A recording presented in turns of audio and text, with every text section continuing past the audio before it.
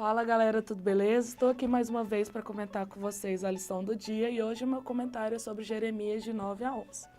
Então, para você que já tem lido, já tem percebido, estudado, que Jeremias vai escrever num momento muito difícil da história de Israel, principalmente na sua relação com Deus.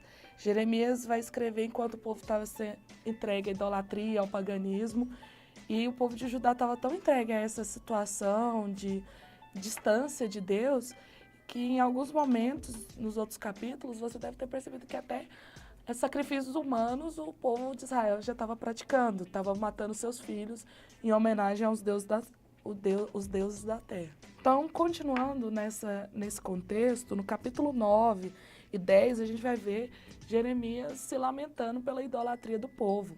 A gente tem que pensar como que era difícil a situação de Jeremias diante desse contexto, porque ele via o povo se entregue às heresias, idolatria, e por mais que ele avisasse que o dia do juízo estava chegando, que Deus tinha chegado no seu limite, que todo mundo tinha rompido a aliança que tinha feito com Deus há muito tempo atrás, o povo falava que não, eles estavam imunes, eles tinham a arca de Israel, eles tinham a arca da aliança e nada ia acontecer com eles.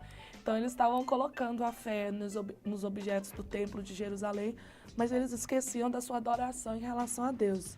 Então nesse contexto, Jeremias sentia muito pelo seu povo e vai chorando, vai se lamentando, porque a liderança era insensata e eles não percebiam como que o povo estava perdido e qual que seria a consequência daqueles atos. A partir do capítulo 11, a gente vai ver uma nova carta, para alguns seria a quarta mensagem que Jeremias escreve ao povo de Judá, e aqui Jeremias vai meio que explicar por que Deus agiria dessa forma em relação ao povo. Assim como ele vai lembrar da questão da aliança que foi feita na época do Sinai, porque assim como Deus havia feito a aliança, Deus tinha cobrado, ele tinha falado assim, olha, vocês têm que andar no meu caminho, não pode se entregar a outros deuses, eu estou te libertando do Egito, do jugo dos inimigos, e vocês vão ser o reflexo de mim na terra, eu estou renovando a minha aliança, mas vocês não podem adorar a outras imagens.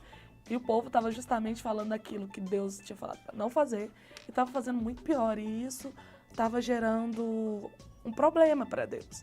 Então, assim como o povo ignorou a aliança, o contrato que tinha feito há muito tempo atrás, Deus resolveu que iria romper com o povo, se caso esse povo arrependesse, voltasse para os seus caminhos, ele poderia renovar a aliança, e ele renovou a aliança depois. Mas, por enquanto, o povo de Judá seria castigado por seus caminhos imperfeitos. No finalzinho do capítulo, após Jeremias fazer o anúncio do juízo, e que não haveria retorno, mesmo se ele se arrependesse o povo, coisa que eles não fizeram nesse momento, as consequências ainda viriam, a gente vai ver que Jeremias vai sofrer ameaça. Aqui no caso são os homens de Anatote que vão ameaçar Jeremias. Esse povo estava ameaçando ele, e se caso ele continuasse falando as palavras de Deus, eles iriam trazer a morte para Jeremias. E aí Deus reconforta o profeta e fala que nada aconteceria com ele, porque ele estava cumprindo a ordem que foi lhe ordenada. Quais as lições que eu queria tirar disso? Primeiro, o povo de Israel esqueceu da aliança e eles começaram a se tranquilizar com o sagrado e começaram a se entregar à idolatria. As consequências foram muito feias, eles caíram na mão de inimigos futuramente. Então, para a gente ficar esperto quanto às questões das alianças que fazemos com Deus, os contratos que fechamos com Ele. Quando nós resolvemos fazer aliança com Deus, nós passamos a ser reflexo de Deus na terra. Se isso não está acontecendo, Deus vai cobrar as consequências, seja imediatamente ou seja a longo prazo. A segunda lição que eu queria tirar é para a gente observar como Jeremias foi corajoso. Ele vai falar da destruição do povo, palavras, verdades que o povo não queria ouvir. Por causa disso ele estava isolado, ninguém queria ouvir ele, a liderança deixou ele de lado. E principalmente ele estava sendo perseguido de morte. Que possamos ter a mesma coragem de Jeremias para pregar a palavra de Deus e que possamos ficar atentos, porque se Deus mandou que ele cumprisse uma missão, Ele vai cuidar da gente em todo momento. Então por hoje é só, eu espero que vocês continuem firmes na leitura e mais uma vez a pergunta, você já leu a Bíblia hoje? E aí, já leu a Bíblia hoje?